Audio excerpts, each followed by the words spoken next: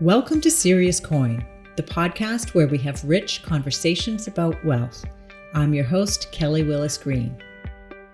Moray Tawse isn't the first wealthy entrepreneur to become a professional winemaker. Having your own winery is one of those coveted passion assets, like owning a professional sports team or a boutique hotel or restaurant, and they're not for the faint of heart or wallet.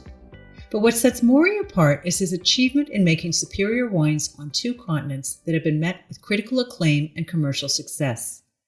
Moray made his fortune as a real estate financier. He's co-founder of one of North America's largest non-bank public lenders, which he still manages today. His first foray into winemaking was in 2005 in Canada's Niagara region, with an ultra-premium winery bearing his name. Within 5 years, Tawse was named Winery of the Year by Wine Access magazine, 3 years in a row, and his wines have earned accolades from top U.S. wine critics. But that was just stage one. A lifelong enthusiast of Burgundy wines, Moray began acquiring acreage there and in 2011 established Domaine Marchand Tawse with winemaker partner Pascal Marchand. I sat down with Moray to talk about his twin passions, business and wine. What he had to say will have you appreciating wine in a whole new way. He also had sobering thoughts for anyone thinking about starting their own winery. I get phone calls all the time from people that are successful. And, the dream is to own a vineyard, a small little winery, make a world-class outstanding wine. It's, a dream of many, many people. Right. And I spend a lot of time explaining to people that it's a tough, tough business. Once you get in, you have to continue to write checks, big checks, and little amounts of dollars come in and big checks go out for a long, long period of time. And once you put all that money in, it's hard to get out of it. And I say there's no money in this business whatsoever. But, the people that want to open wineries and start wineries, they're usually successful in another business. Mm-hmm.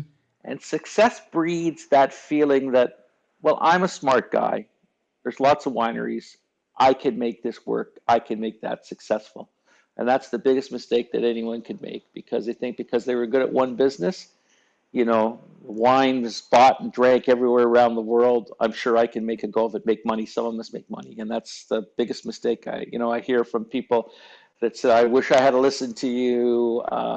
This has become a real grind for me. I can't get out of it. What can I do, sort of thing. So I spent a lot of time trying to convince people this is not the dream. Spend the money on buying a great bottle of wine, learning about it and drinking it and traveling where they do make it, and leave them making it to other people. You'll enjoy it much, much more. So spend your money on a great bottle of wine. Okay, I can get on board with that. Because listening to you describe it, it's obviously a business that humbles even the most confident, well-capitalized overachiever. And maybe especially entrepreneurs who are used to controlling their own destiny, making things happen and delivering results. Because the wine business is a much more patient one. And you can't just throw money at these vines and make them grow. So I'm wondering, how did you adapt or did you have to adapt your business approach as a real estate financier to becoming a vintner? The first thing you have to do when you want to get involved with the wine business is you'd better know wine inside out. And you got to have goals that you want to achieve for what you're doing. Everyone says, I want to make a great wine, but they don't really understand what that means and the commitment to the business and to the capital outlay that you have to put. Can you quantify, just order of magnitude, what kind of capital outlay are we talking? It depends on where you're doing, but I'll just give you an example of when I went into this business. I had a very experienced palate. I knew what I liked. And so I spent some time going, I started in Burgundy looking around. And then when I came back to Ontario, I checked the soils. I knew a lot about the soils. I had experts come in. I spent a lot of time on research, knowing what was important to doing great wine. And then, I learned about the farming techniques. It's agriculture. There's not many people in agriculture here that get really, really rich until they sell on to the next generation. Very rarely does those things provide much more than a basic living for a farmer. So I really wanted to go organic. I thought that was very, very important to get a high price for your wine, as well as biodynamic. Biodynamic is a holistic way of thinking and farming that sort of uses a lot of things, movement of the moon and the stars. A lot of people think it's a little bit crazy. And, I'm a banker by trade. So, I've heard every story. But as we started to farm in Ontario, we started to find that, our grapes were just a lot healthier. They wither disease better. We could just see it was a better way of farming. It's more of a natural way of farming. But the difference is the cost is maybe for an acre of doing it that way, you're spending $10,000 an acre. Where typical farming, you're spending maybe $4,000 an acre to farm it, sort of the conventional using herbicides, pesticides, fungicides. So, I had committed that I wanted to make the best wine that was possible wherever I was making it. And I was prepared to spend the money up front to get that quality. Now I thought it would be returned in the price of a bottle at the end. And, in the end, it was a smart decision for both our operations in Burgundy and also in Ontario. So, Burgundy, tell me about what it is about the Burgundy region that is so special, so magical. I always describe grapes as there's two types of grapes. Everyone hears the word terroir and, they think they understand what terroir means. But to me, there's two types of grapes. There's the above ground terroir. And I would say those are the grapes like Merlot, Cabernet Franc, a lot of the Italian grapes, Shiraz. They're influenced more by the heat, rain, wind, slope, but they have a flavor themselves. And as long as you can get them ripe, you're going to have those typical flavors. Mm-hmm. Now, Pinot Noir, Chardonnay are completely different. They're what I call blotter grapes. The grapes themselves have no flavor, but they draw all their personality from the soils that they're built in. So if you can think of roots that go down, and in Burgundy, roots can go down between 60 and 100 feet, depending on the soils. And the soils are very complex in Burgundy. So if you think of the old Disney movie Fantasia, and I don't know, everyone's probably watched that as a kid, but it was where, in Burgundy, it started, as an ocean floor. And then, through hundreds of millions of years, it put all these different layers of soil types. And then when the plates in that area compressed, it sort of pushed them all up into the air and they all fell down in different layers. So a patch of vineyard, and that's why the vineyards are so many different vineyards, a vineyard that's maybe only 100 meters away could have completely different soil stacked at different levels than the one beside it. So it might start with granite on the top, and then it might have schist or clay and loam somewhere farther down, where next beside it, the granite is at the bottom and it's all clay at the top. And so as the roots go down, and you want the roots to go down and look for water somewhere down, and as they go through all these different layers of soils, they pick up the flavors of the soil, the terroir of the soils. And as that brings up, that's what gives the personality to the grape of each individual vineyard. And that's why Burgundy is so amazing. You've got, over, close to 600 different specified terroirs that have been known since the monks' time, really, in the 900s, that the soils make the grapes taste, although the grapes are exactly the same, they make the grapes taste different from this vineyard compared to this vineyard. And some are better quality and some are worse quality. And that's, I think, the most fascinating part about Burgundy. It's not like that really in any other part of the world. They grow Pinot Noir in California, but California is basically, in Oregon, they're basically two types of volcanic soil. So they don't really have the complexity that makes wines very different and interesting. So what happens is you have the winemakers start to influence how the wine is going to taste by using oak, how long they grow it, how long they ferment it, what temperature let it come up. They try to put their individual spin to make their wine different. In Burgundy, it's completely opposite. You don't want to manipulate anything. You want just the flavors of the soil to come out and express themselves, and you try not to get into the way of that. I think that's the big difference. And Burgundy is for nerds. It's for wine nerds. Bordeaux is for people with money that can afford it and they kind of like it. But to understand the almost 500 different premier cru vineyards and how different they taste is something that's only for nerds. And it's a very small region. As I always say, I'm not looking for new people to buy Burgundy. We want to keep it all for ourselves. So if you're a Burgundy nerd, you don't want someone else starting to buy Burgundy. You want to keep it all for yourselves because it's such a fascinating understanding of the terroir. And if you go over there, I take clients over there sometimes and try to teach them by doing barrel tastings of the different vineyards and why this is different, what the soils are like. And it's very easy to get hooked. Moray spent over a decade acquiring his acreage in Burgundy, and today he's a significant landowner and vintner. But it didn't come easy, especially for a relative newcomer in a centuries-old wine region. He talked about the challenges for buyers and the stratospheric prices being paid for Burgundy vineyards today. The problem over there is it's impossible to get anything. It's like the rarest real estate in the world, and been in families for generations. And over there, the people don't even travel that much. Like their whole life, their soul, their family history is in those vineyards, and they don't let them go unless there's something like a family breakup. Lots of kids want to divide the money because those pieces of vineyards are so expensive that, especially now, I mean, they've gone up just unbelievably, just even since I've been there. Because I've been there for 14 years now, and just crazy values. So, what's an example then? What are the values? I have a little piece of Musigny. Musigny is a Grand Cru red in Cotonouille, probably considered one of the greatest vineyards, one of the top 3 or 4 greatest vineyards in Burgundy. I was able to buy, so they're measured in oeuvres. An oeuvre is an old measurement, 1,000 years old, of what one man can work in one day. But if it equates to about one oeuvre, or there's 10 oeuvres in 1 acre. So I was able to buy a teeny little piece, which was 1 3/4 oeuvres. So, under 2/10 of an acre. And someone just offered me 6 million euros for that piece. It only makes between 300 and 400 bottles a year, but it's an amazing wine and it's an amazing piece.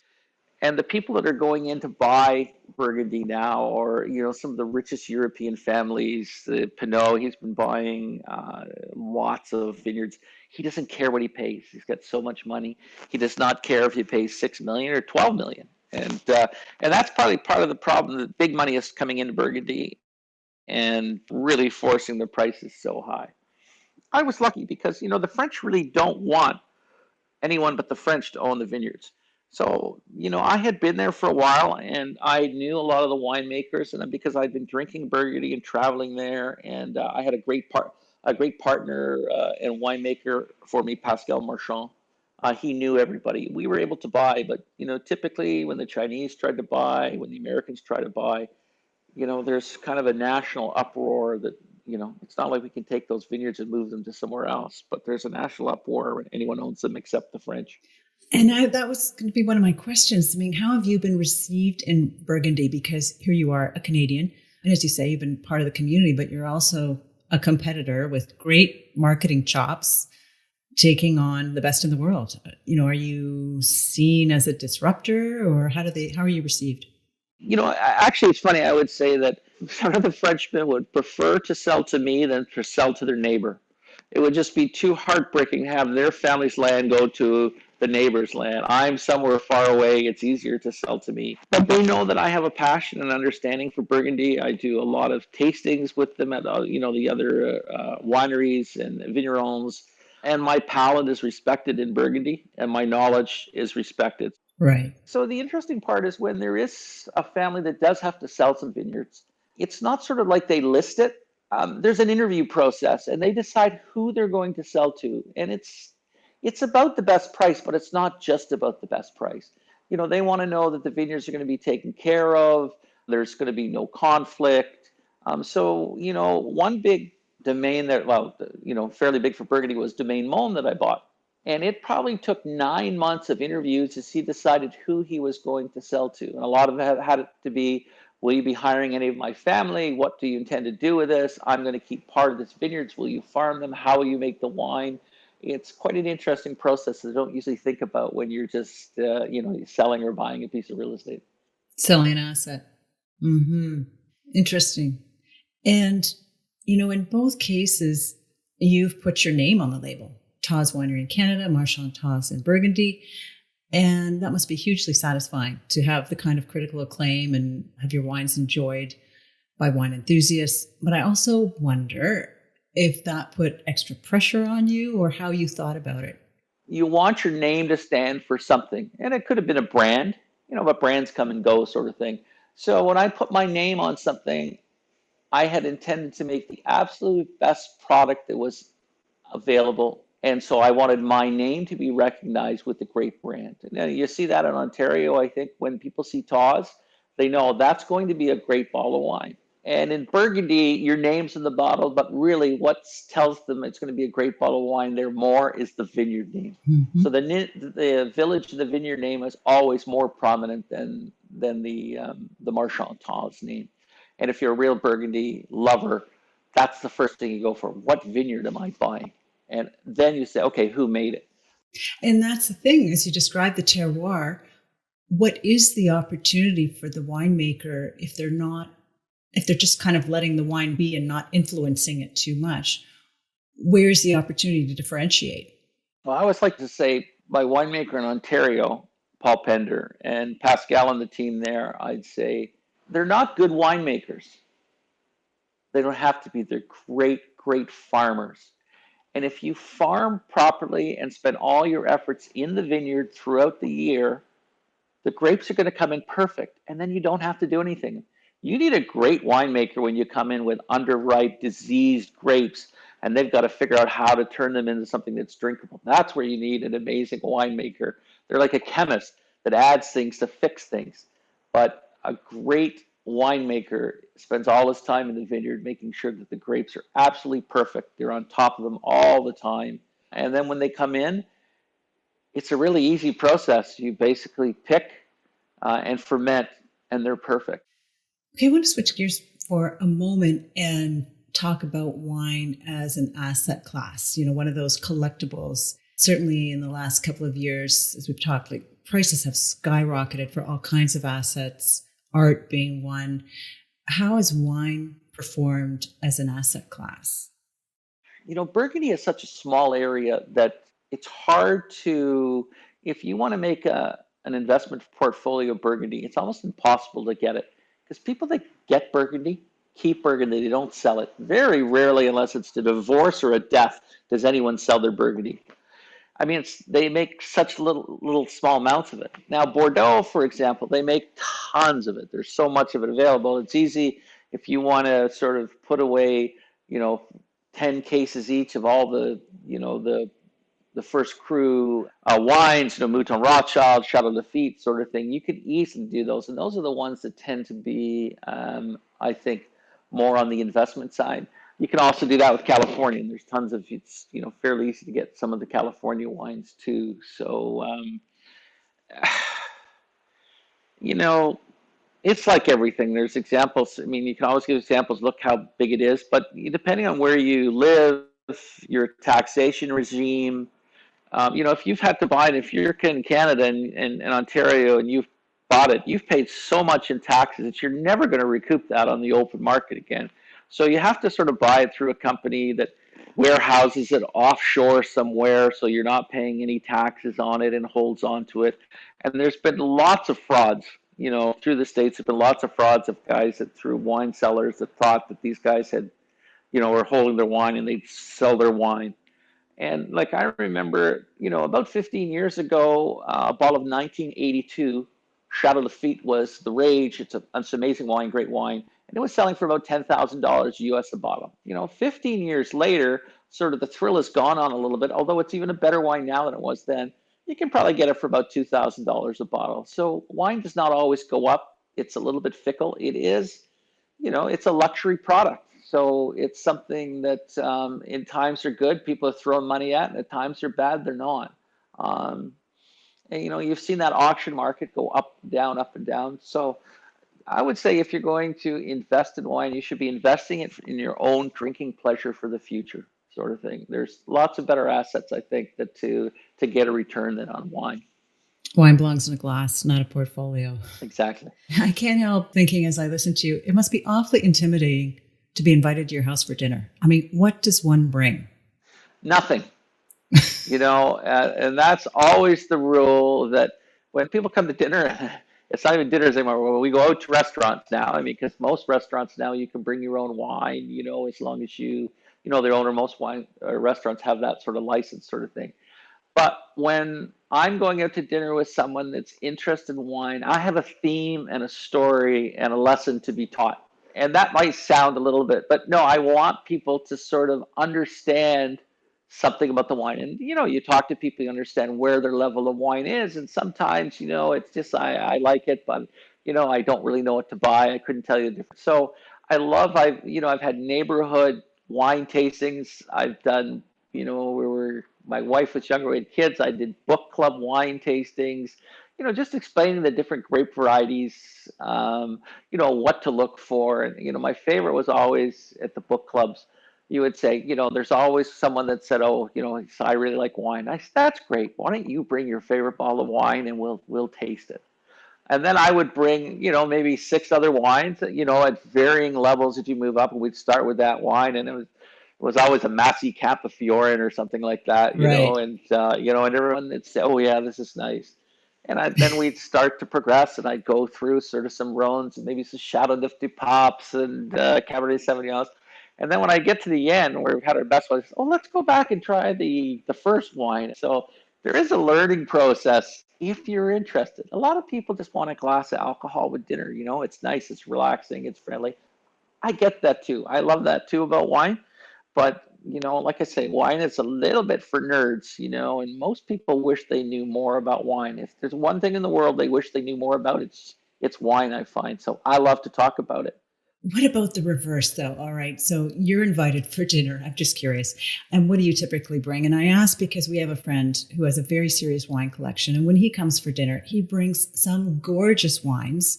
And I guess because, he enjoys them, he's never going to drink all the wines he collects and wants to share them. But, as the host, you think, okay, well, how do I reciprocate? What do you do when you're invited? The best thing you can do when somebody brings a bottle of wine that's, wine knowledgeable is open it.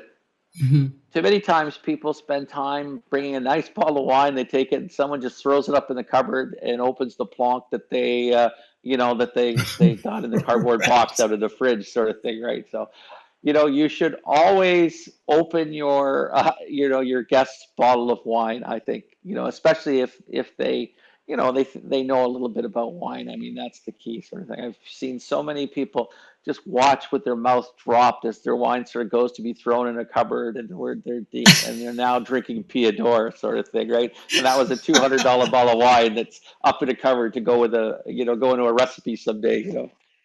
People that love wine love to share their knowledge, and then if they're coming to your house, it's not that they want to impress you; it's that they want to share the experience with you and share their love of it. I would say most people are like that. It's not about impressing you. Oh, here, this is a $200 bottle of wine.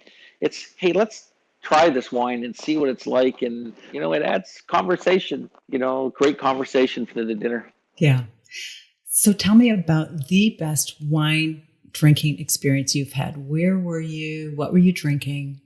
I've had so many great experiences, but, usually the best experiences are when you're with people that have the same passion, the same knowledge, or you're with a great winemaker and you're talking about and things about wine that most people just can't understand.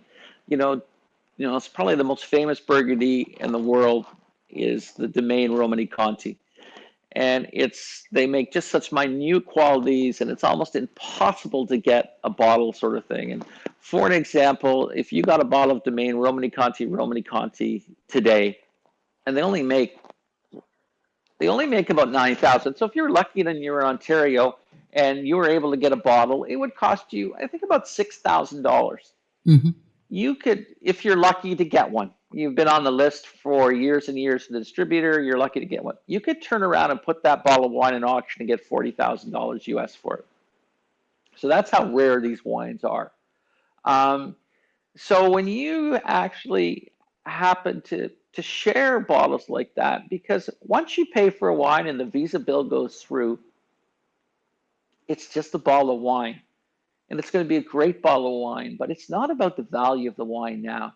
It's about the experience of the wine with people that can appreciate what you're drinking, and and the fact that you get to share it with some very usually close wine friends. And I have a great wine group that you know we'll drink wines that are just amazing, but it's not about the value of them. It's just the experience of being able to you know be in a world that, you're drinking the finest wine in the world, and it's the pleasure of being with the people and understanding the terroir of that wine. And wines have gone up terribly. I mean, you know, I'm old. The only good thing about being older is the fact that you started your cellar a lot longer. So, I've got wines from 20, 30 years ago, sort of thing, where they were not that expensive. You used to be able to get a bottle of first growth Bordeaux for like $100 back then, sort of thing. Now you're paying $1,500. Now, I mean, $100 was expensive back then, but it was, sort of affordable. So it's harder now for people to love wine because wines got so expensive, because there's only a finite amount of great wines in the world, and everybody around the world wants those, so it drives the price up. So it does, it hurts. And that's why I love people that, you know, really love wine, sort of thing. I love sharing good bottles with them because, they're just not going to be able to buy those wines themselves or taste a wine that's 20 or 30 years old, sort of thing. Another group driving up the price of the world's great wines are collectors. And although he has several thousand bottles in his cellar, Moray is quick to say he doesn't consider himself a collector, but rather a wine lover. He explains the difference. You have collectors, and they like wine, but they want to collect the wine, and they never want to drink it. Right. They just want to have it and have as much as they can get. And it sort of gets trapped in those cellars for a long period of time. And it doesn't, wine is for enjoyment. And there's, you'll see if you look at the Wine Spectator, there used to be these, they do people's cellars, and they'd have hundreds of bottles of this, that, and the other, the rarest wines in the world, but they would never drink them. It was more about just saying, look what I have. I have 100 bottles of Romani Conti. I own this. But wine is something that, is supposed to be consumed, right? It's not a piece of gold. It's, it's not something that goes on forever. Eventually, it could be over a long time, but a wine will die. And I've seen so many cellars where the wines are just past their best before date. And, it's just a shame to see these great wines that got trapped in these cellars. A lot of times the guys don't even have a good palate. Like, you have to have a good palate to enjoy great wines, especially Burgundies. And I've tasted with guys that show you their great cellar and then bring out a bottle of terrible wine and say, "Oh, let's try this." You can just see that they're a collector. They're not they're not a lover of the wine, sort of thing. And I find that so sad. Okay, so shifting gears, because this is a podcast about wealth, I just want to ask you a couple of questions about your perspective on wealth, as I do with every guest. And you certainly have created a tremendous amount of wealth over your lifetime. You weren't born into money. How is having money different from what you maybe imagined it to be when you didn't have money? Well, it's amazing that when you have money, you realize that how little money you can have to be happy. So, after, a certain amount, it just becomes a game that you add on, and it's your business and it's your passion. But the money is not that important. It's being successful and happy at what you're doing, I think. So, the more money you have, the more things you start to think, well, where can I help in the world? What charity should I be doing? It adds a lot more complexity. What about my kids? How do I divide this up? But when you take a look at how much money you actually spend compared to how much money you have or you make, I think most people that have been very successful have said, that, you learn to live when you're young, right? And if you were sort of, didn't have any money when you're young, you keep that, that sort of kind of lifestyle or that respect for money, I think, all your lives. And I think there's lots of examples of, second and third generations where the first one makes it, the second one tries to keep it, and the third one loses it all, sort of the third generation loses it all. So money money just seems to be the thing, how you keep score. But once you get to a certain comfort, it's not that important, I think. When you talk about keeping score, do you ever set goals for yourself in terms of net worth? Never have done a 5-year plan or something like that. Like, the world changes so quickly, your business changes so quickly. We try to look ahead 6 months to a year sort of thing. And once we get there, then we'll look the next 6 month year because, one thing I've seen through, my business through the financial crisis, that things change. We sit around and we have, a committee to say, well, what could go wrong with our business? And, when I look back over all the times that we've had these gigantic changes, no one ever can see the problem that you're going to have. So I disbanded that committee because they came up with the ones that everybody could come up with. This might happen, that might. But when you really have a serious problem, it's something you just could not have seen. Like a pandemic? That's right. When we, at my business, when we went into the pandemic, I had 1,100 employees, and everyone was afraid they're going to get laid off. Come the end of the pandemic, I now have 1,800 employees. I'm 200 short. I can't find anybody. And we've had some of the, record year, a record couple of years over the pandemic. You've just got to be agile and keep your hand on the tiller, even if there's a storm, I think is the best way that I like to look at it. Warren Buffett and Charlie Munger recently said that their definition of wealth is independence and that it's given them the freedom to choose who they associate with on a day-to-day basis, both in their business and in their personal lives. How would you define wealth? I think wealth is the ability to share with your friends that don't have. I grew up poor. I still hang around with my high school friends. They're from sort of mildly successful to kind of successful, but I can afford to treat for things that I'm really happy to give them because they've been friends all my life. It's about being able to always pick up dinner, always pick up a great bottle of wine, pick up that golf thing if you know that it's going to hurt this guy to sort of pay for it. I think that's the best part of money is to, without being showy on it, is just that, paying for the hockey team's sweaters and socks, being able to do just these little things that just make, picking up the pizza and wine after every hockey game sort of thing, right? They appreciate it. They don't resent you. They appreciate it because you're still talking to them like you were the same friends you were in high school sort of thing. And to me, that's the most important part of life sort of thing. Being able to, to stay with your friends and not get above who your friends that, all your life have been sort of thing. And that's very important to me. For some people, it can change the dynamic in the relationship, though. Friends can come to expect it. I've seen that. That hasn't happened to you, though. You know what? Even if they expect it, that's fine. I'm okay with that, because I expect to pay anyway. So why wouldn't they expect me to pay?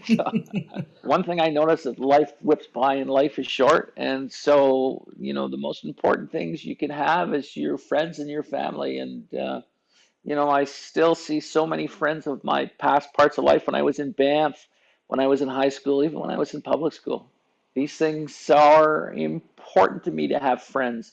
It's not to show, look what I did, because they all know, what I've done sort of thing. But to say that, you were a friend then, and I remember when I had no money and you bought me a hamburger, well, this is payback time now.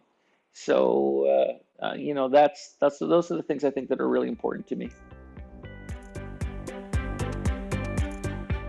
Thanks for listening to Serious Coin. I'm Kelly Willis Green. I want to thank my guest, Moray Tawse, for sharing his passion for wine and business. And Moray, I have made a note to always serve my guests wine. If you want to find out more about the ultra premium wines he's producing, you can visit his websites, tawsewinery.ca in Canada, that's TAWSE, or marchandtawse.com in Burgundy. We put both domains in the show description. Subsequent to the recording of this episode, Moray's winemaker, partner, and dear friend Paul Pender passed away unexpectedly. This episode is in memory of Paul, one of Canada's greatest winemakers, a loving husband, father, and grandfather. May he rest in peace. Cheers to you, Paul. This show was produced by Lead Podcasting. Special thanks to Amanda Capito and Michael Allen for production, and Bob Ramsey of Ramsey Writes for consulting. If you enjoyed this conversation, subscribe to our show wherever you get your podcasts. Serious Coin podcast is provided for your general interest only, and nothing we discuss should be taken as investment, tax, legal, or other professional advice. Always talk to a licensed professional before you take any financial decisions.